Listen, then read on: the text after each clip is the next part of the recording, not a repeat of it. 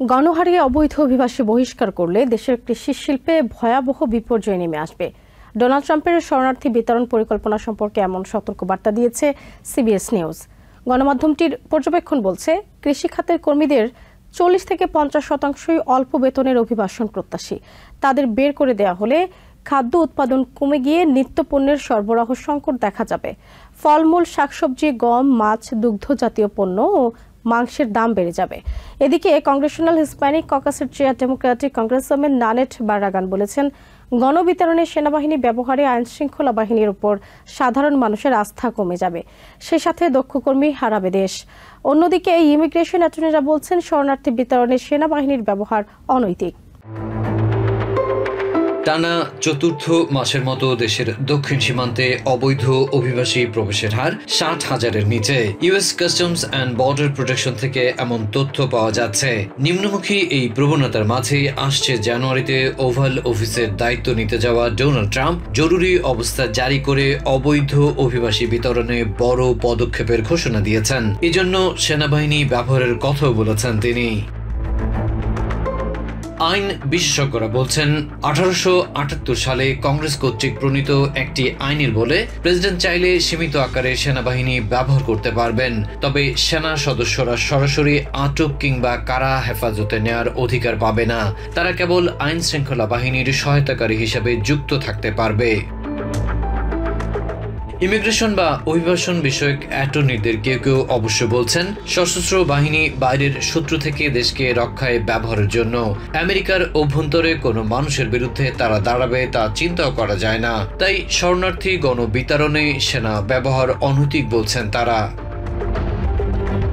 Congressional Hispanic ককাসের chair democratic congressman Nanette বাররাগানো ঢালাওভাবে অভিবাসন প্রত্যাশী বহিষ্কারের বিষয়টিকে বিপর্যয় হিসেবে দেখছেন। বলেছেন, শুধু মানবিক নয়, আর্থিক খাতেও মন্দা নিয়ে আসবে গণহারে বিতরণ। এরই মধ্যে হিস্প্যানিক কমিউনিটি বহিষ্কারের আশঙ্কায় দিন পার করছে জানিয়ে তিনি বলেন, কৃষিকর্মী হিসেবে অভিবাসীদের বড় একটা অংশ কাজ করে। তাদের বের করে দেওয়া হলে এই খাতে কর্মীর অভাবে সংকট দেখা দেবে। ফেস দ্য নেশনের পর্যবেক্ষণ বলছে, দেশে কৃষিখাতের কর্মীদের 40 থেকে 50% অল্প বেতনের অভিবাসন প্রত্যাশী। তাদের বের করে দেওয়া হলে খাদ্য উৎপাদন কমে যাওয়ায় নিত্যপণ্যের সরবরাহ কমে যাবে। ফলে লাফিয়ে ফল, শাকসবজি, গম, মাছ, দুগ্ধ জাতীয় পণ্য ও মাংসের দাম বেড়ে যাবে।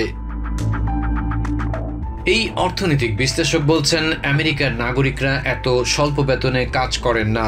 তাই প্রেসিডেন্ট ইলেক্ট ডোনাল্ড ট্রাম্প প্রশাসনের গণহারে শরণার্থী বিতরণে দেশের কৃষি শিল্পে ভয়াবহ বিপর্যয় নেমে আসবে।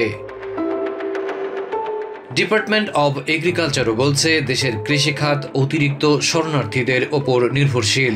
2018 থেকে 2022 সাল পর্যন্ত 40% বেশি কৃষিকর্মীর কোনো নিবন্ধন ছিল না। তার মানে তারা অনিবন্ধিত অভিবাসন প্রত্যাশী।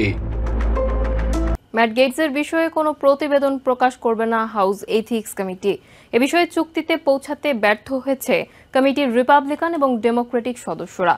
অপ্রাপ্তবয়স্কের কিশোরীর সাথে যৌন সম্পর্ক স্থাপন ছাড়াও তার বিরুদ্ধে অবৈধ মাদক গ্রহণেরও অভিযোগ আনা হয়েছে। যদিও তার বিরুদ্ধে আনা এসব অভিযোগ অস্বীকার করছেন গেটস, তবে কমিটিতে থাকা ডেমোক্র্যাটরা বলছেন তারা প্রতিবেদনটি প্রকাশ করার পক্ষে। 5 রিপাবলিকান ও 5 ডেমোক্রেটিক সদস্যকে নিয়ে গঠিত হাউস এথিক্স কমিটি ম্যাট গেটসের সম্পর্কে প্রতিবেদন প্রকাশ নিয়ে বুধবার রুদ্ধদ্বার বৈঠক করে। আমেরিকার পরবর্তী অ্যাটর্নি জেনারেল হিসেবে ডোনাল্ড ট্রাম্পের মনোনীত ম্যাট গেটসকে নিয়ে প্রতিবেদন প্রকাশের বিষয়ে একমত হতে পারেননি কমিটির সদস্যরা। কমিটির শীর্ষ ডেমোক্র্যাট সুজান ওয়াইল্ড বলেন, ডিসেম্বরের 5 তারিখে আবারও বৈঠকে বসবে কমিটি। তবে এর আগে প্রতিবেদন প্রকাশ নিয়ে তারা কোনো সিদ্ধান্ত নিতে পারবেন কিনা সে বিষয়টি স্পষ্ট নয়। তবে সেনেটের রিপাবলিকানদের অনেকেই গেটসকে নিয়ে হওয়া তদন্তের ফলাফল প্রকাশের দাবি তুলছেন। তারা চাইলে ভোটাভুটির মাধ্যমে অ্যাটর্নি জেনারেল হিসেবে গেটসের দায়িত্ব গ্রহণে বাধা সৃষ্টি করতে পারেন। বুধবার তাদের কয়েকজনের সাথে সাক্ষাৎ করেন গেটস। এখন পর্যন্ত ট্রাম্পের সমর্থন গেটসের পক্ষেই রয়েছে। তার অন্যতম শীর্ষ এক উপদেষ্টা স্থানীয় সংবাদ মাধ্যমকে বলেন, ট্রাম্প মনোনীত কারো বিরুদ্ধে যারাই ভোট দেবেন তাদের রাজনৈতিক ক্যারিয়ার ধ্বংসের বিষয়টি তারা নিশ্চিত করবেন। এদিকে সেনেট রিপাবলিকানদের সাথে বৈঠকের পর গেটস বলেন, সেনেটররা তাকে বেশ ভালো কিছু উপদেশ দিয়েছেন। তারা সবাই তার সাথে সহযোগিতাপূর্ণ মনোভাব দেখিয়েছেন এবং স্বচ্ছ বিচারের আশ্বাস দিয়েছেন। নবনির্বাচিত প্রেসিডেন্ট ডোনাল্ড ট্রাম্প তার ক্যাবিনেট গঠনের ক্ষেত্রে বৈচিত্র্যকে প্রাধান্য দিচ্ছেন না। এখন পর্যন্ত তার মনোনীত ক্যাবিনেট সদস্যদের মধ্যে বেশিরভাগই শ্বেতাঙ্গ পুরুষ। এই কাজে বৈচিত্র্যের চেয়ে আনুগত্যই অগ্রাধিকার পেয়েছে। তবে ট্রাম্প যাদের বেছে নিয়েছেন তাদের কেউ কোনোভাবেই সেসব পদের যোগ্য নন। বুধবার এসব কথা বলেছেন MSNBCর সাংবাদিক Dasha Barnes, house minority leader Hakeem জেফ্রিসের সাবেক মুখপাত্র মাইকেল হার্ডাওয়ে এবং রাজনৈতিক বিশ্লেষক অ্যাশলি পার্কার। প্রেসিডেন্ট জো বাইডেনের ক্যাবিনেট বৈচিত্র্যে ভরপুর থাকলেও নবনির্বাচিত প্রেসিডেন্ট ডোনাল্ড ট্রাম্পের ক্যাবিনেটে এমন কিছু দেখা যাচ্ছে না। এমনকি বৈচিত্র্য ট্রাম্পের অগ্রাধিকার নয়। এক আলোচনায় এমন মন্তব্য করেছেন MSNBCর ট্রাম্প বিষয়ক প্রতিবেদক ড্যাশা বার্নস। তিনি আরও বলেন, নিজের ক্যাবিনেট সদস্য হিসেবে ট্রাম্প যাদের বেছে নিয়েছেন তাদের বেশিরভাগই বৈচিত্র্য ও সমতা বিরোধী অবস্থানের জন্য পরিচিত। তবে ট্রাম্পের এমন অবস্থানে মোটেও আশ্চর্য হননি এই সাংবাদিক। তিনি বলেন, নির্বাচনী প্রচারের বৈচিত্র্য বিষয়টিকে ডেমোক্রেটরা যেভাবে গুরুত্ব দিয়েছে ট্রাম্প সেভাবে দেননি। ট্রাম্পের অগ্রাধিকারের তালিকায় আনুগত্য বরাবরই প্রথম অবস্থানে থাকে উল্লেখ করে তিনি বলেন, বৈচিত্র্য এই তালিকার নিচের দিকেও স্থান পায়নি। ট্রাম্পের মনোনীত ক্যাবিনেট সদস্যদের 16 জনের মধ্যে 14 জনই শ্বেতাঙ্গ, যা মোট সংখ্যার 87%। তবে সেন্সাস ব্যুরোর তথ্য অনুযায়ী দেশের মোট জনসংখ্যার বিবেচনায় শতকরা 58.3% শ্বেতাঙ্গ। এই অংশে হিস্প্যানিক ও ল্যাটিনোরা অন্তর্ভুক্ত নয়। দেশের জনসংখ্যার অর্ধেক নারী হলেও ট্রাম্প 16 জনের মধ্যে মাত্র 5 জন নারীকে রেখেছেন। ট্রাম্পের এমন বৈষম্যপূর্ণ আচরণের বিষয়ে জানতে চাইলে হাউস মাইনরিটি লিডার হাকিম জেফ্রিজের সাবেক মুখপাত্র মাইকেল হার্ডাওয়ে বলেন, ট্রাম্প প্রমাণ করছেন তিনি অযোগ্যদের মনোনীত করতে পারেন এবং সেনেট রিপাবলিকানরা এদের নিয়োগও দেবেন। তিনি আরও বলেন, ট্রাম্প তার ক্যাবিনেটে শুধুমাত্র শ্বেতাঙ্গদের রাখতে চাইছেন বলেই তার মনে হচ্ছে। তিনি মনে করেন, ট্রাম্পের মনোনয়ন তালিকায় যাদের নাম আছে তাদের কেউই যোগ্য নন। রাজনৈতিক বিশ্লেষক অ্যাশলি পার্কার বলছেন, ট্রাম্পের আচরণে এটি স্পষ্ট যে তিনি কারো পরোয়া করেন না। তিনি মনে করেন, ট্রাম্প যেমন উচ্ছৃঙ্খল তিনি তার চারপাশে ঠিক তেমনই উচ্ছৃঙ্খল লোকজন রাখতে পছন্দ করেন।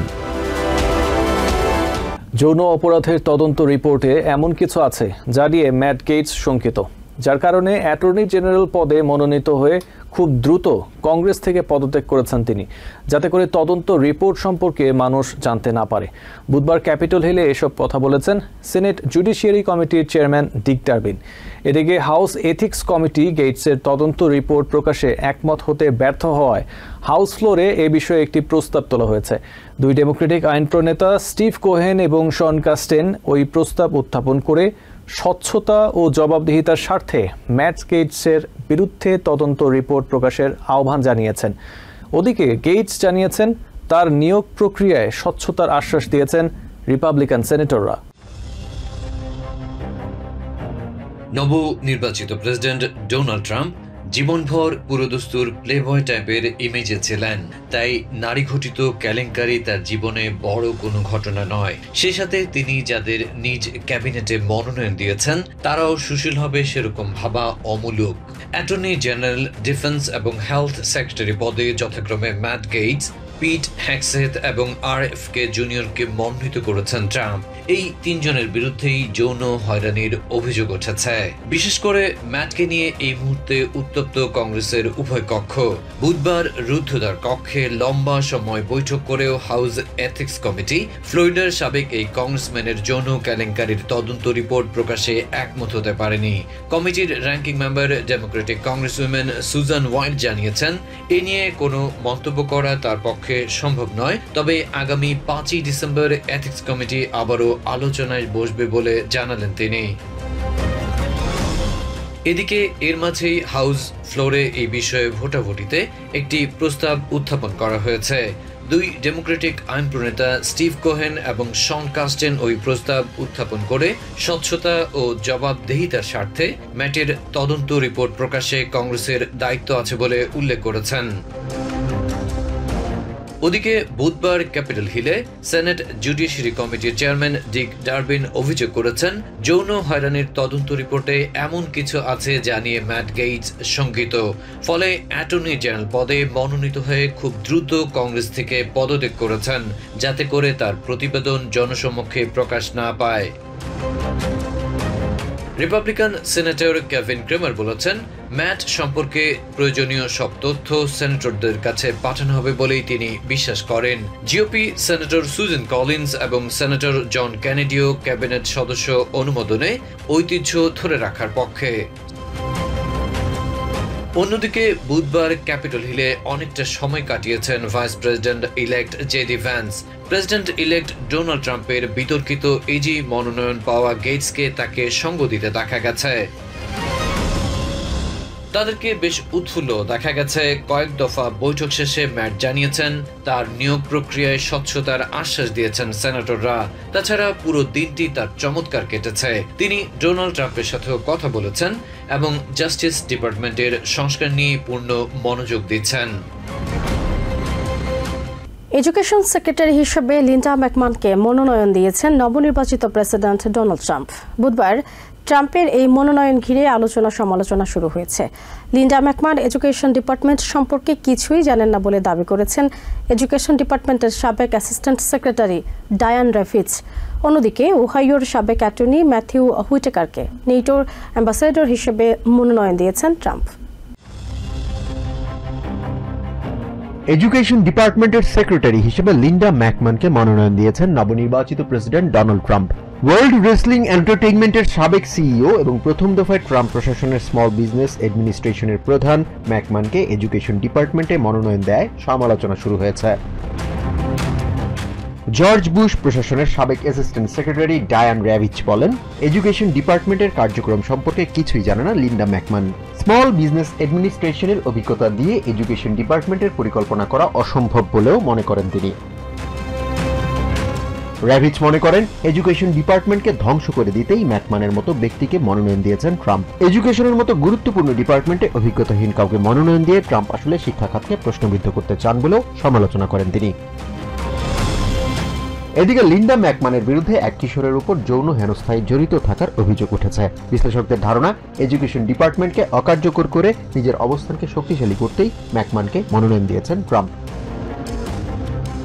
এদিকে ওহাইওর সাবেক অ্যাটর্নি ম্যাথিউ হুইটেকারকে নেটোর অ্যাম্বাসেডর হিসেবে মনোনয়ন দিয়েছেন ট্রাম্প। আইওয়ার সাবেক অ্যাটর্নি হুইটেকার নেটোতে দেশের নেতৃত্বকে আরো উজ্জ্বল করবেন বলে জানান ট্রাম্প। হুইটেকারকে নেটোর অ্যাম্বাসেডর হিসেবে মনোনয়ন দিয়ে ট্রাম্প তার অভিজ্ঞতাহীন অনুগতদের প্রশাসনে আনছেন বলে অভিযোগ উঠেছে।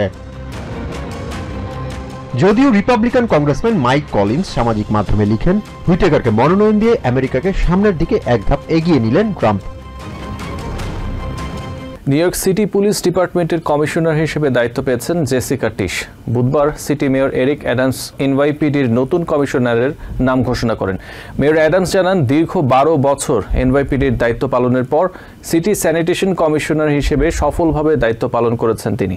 এনওয়াইপিডির কমিশনার হিসেবে নিযুক্ত করায় মেয়র অ্যাডামসকে ধন্যবাদ জানান Jessica টিশ। New York city police ডিপার্টমেন্টের নতুন কমিশনার হিসেবে জেসিকা টিসের নাম ঘোষণা করেন সিটি মেয়র এরিক অ্যাডামস। টিসকে সিটির অন্যতম নিবেদিত প্রাণ এবং দক্ষ কর্মকর্তা হিসেবে পরিচয় করিয়ে দেন মেয়র অ্যাডামস। তিনি বলেন, এনওয়াইপিডির দায়িত্ব পালনের পর সিটির স্যানিটেশন ডিপার্টমেন্টের কমিশনার হিসেবে সফলভাবে দায়িত্ব পালন করেছেন টিস। এনওয়াইপিডিকে বিশ্বের অন্যতম সফল এবং সুশৃঙ্খল আইন শৃঙ্খলা রক্ষাকারী বাহিনী দাবি করে মেয়র অ্যাডামস বলেন, জেসিকা টিসের নেতৃত্বে এনওয়াইপিডির গৌরব অক্ষুণ্ণ থাকবে। তিনি বলেন, সিটির বাসিন্দাদের নিরাপত্তা নিশ্চিতে টিসের নেতৃত্বে এনওয়াইপিডির চৌকস বাহিনী তাদের দায়িত্ব পালনে প্রস্তুত। এনওয়াইপিডির কমিশনার হিসেবে নিযুক্ত করায় মেয়র অ্যাডামসকে ধন্যবাদ জানান জেসিকা টিস। তিনি বলেন, নিউ ইয়র্ক সিটির নিরাপত্তা রক্ষার দায়িত্বে নিজেকে আবারও যুক্ত করতে পারাটা গৌরবের। সিটির নিরাপত্তা রক্ষায় এনওয়াইপিডি সদস্যদের গৌরবোজ্জ্বল ভূমিকার কথা তুলে ধরে টিস বলেন, সিটির অপরাধ কমিয়ে আনতে নিরলস পরিশ্রম করে যাওয়া এনওয়াইপিডির সদস্যরা জীবনের ঝুঁকি নিতেও পিছপা হন না। কর্তব্যরত অবস্থায় নিহত পুলিশ সদস্যদের স্মৃতির প্রতি শ্রদ্ধা জানিয়ে তিনি বলেন, এনওয়াইপিডি সাহসিকতার সাথে কাজ করে যাচ্ছে। নিউ ইয়র্ক সিটির বাসিন্দাদের নিরাপত্তা নিশ্চিতে কোনো ছাড় দেওয়া হবে না জানিয়ে নবনিযুক্ত কমিশনার বলেন, আইন শৃঙ্খলা সম্পর্কে সচেতন বাসিন্দাদের সাথে নিয়েই এনওয়াইপিডি তার দায়িত্ব পালনে বদ্ধপরিকর। এনওয়াইপিডির 179 বছরের ইতিহাসে দ্বিতীয় নারী কমিশনার হিসেবে সিটির আইন শৃঙ্খলা রক্ষার সর্বোচ্চ পদে দায়িত্ব পালন করবেন জেসিকা টিস। এর আগে ডেপুটি কমিশনার হিসেবে এনওয়াইপিডির ইনফরমেশন টেকনোলজি বিভাগের দায়িত্ব সামলেছেন।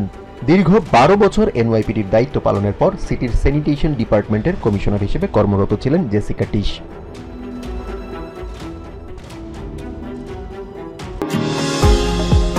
নিউ ইয়র্ক থেকে সম্প্রচারিত TVN 24 টেলিভিশন বিশ্বজুড়ে বাঙালির কণ্ঠস্বর।